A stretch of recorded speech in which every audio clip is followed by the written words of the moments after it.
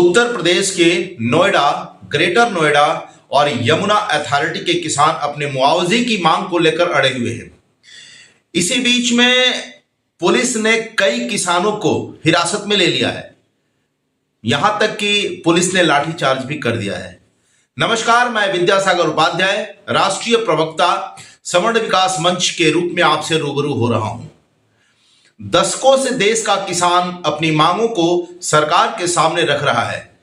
किसानी अस्तित्व को लेकर दशकों से जूझ रहा किसानों की बेबस आंखें न्याय पाने के लिए पथराने के कगार पर आ गई है।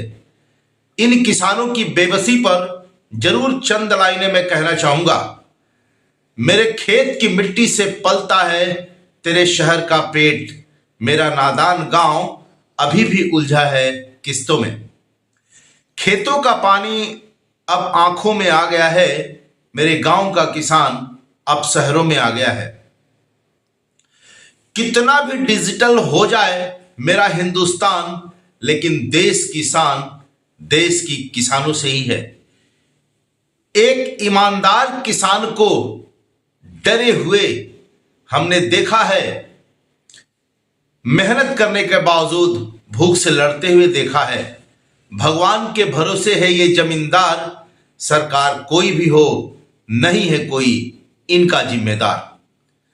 दलित प्रेरणा स्थल पर आंदोलन कर रहे 700 किसानों को पुलिस ने गिरफ्तार किया है। सभी को पुलिस ने गिरफ्तार कर सूरजपुर पुलिस लाइन में ले गए हैं।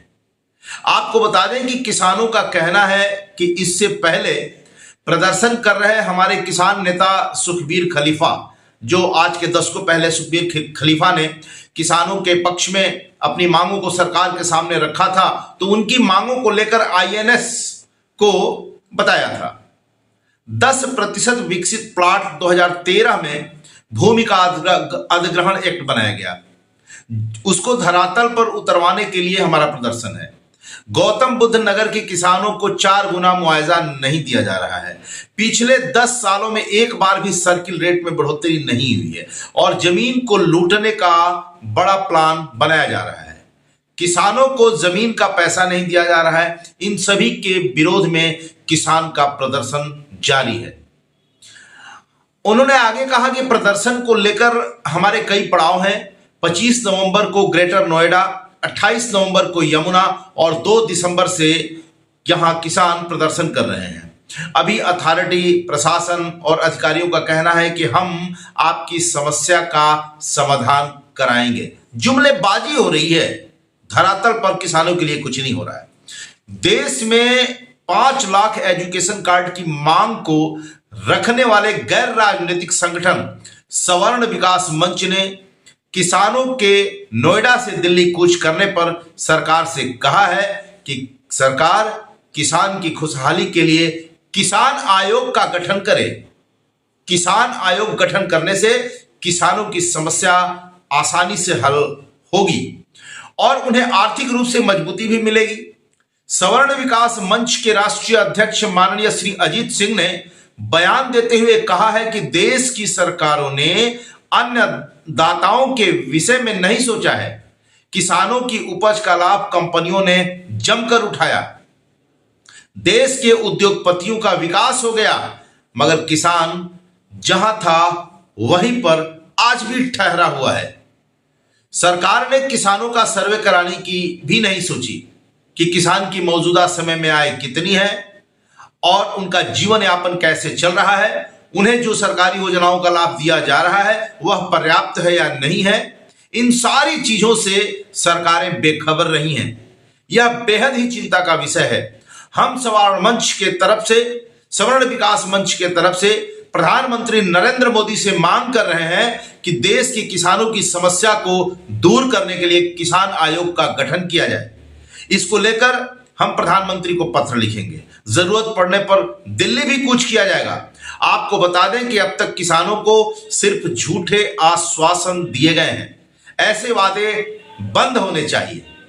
किसान आयोग के बनने से किसान अपनी समस्या आयोग तक भेजेंगे।